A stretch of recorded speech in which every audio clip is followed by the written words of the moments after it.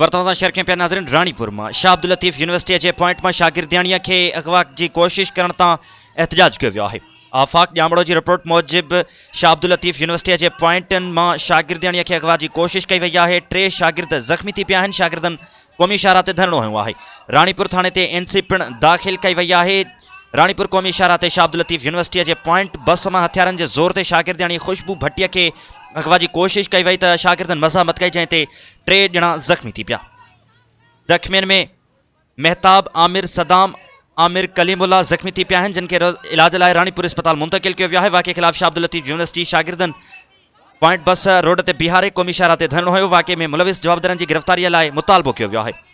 Ranipur police खिलाफ़ एहतजाज कियो वियो आहे। शागिर्दनि सां ॻाल्हियूं करे रोड खुलारायो वियो। राणीपुर थाने ते खुशबू भट्टीअ जी फरियाद ते सदाम वसाण ऐं 15 नामालूम माण्हुनि खिलाफ़ एनसी दाख़िल कई वई आहे, जॾहिं त आख़िरी इतलाउनि ताईं का बि गिरफ़्तारी अमल में नाहे अची सघी।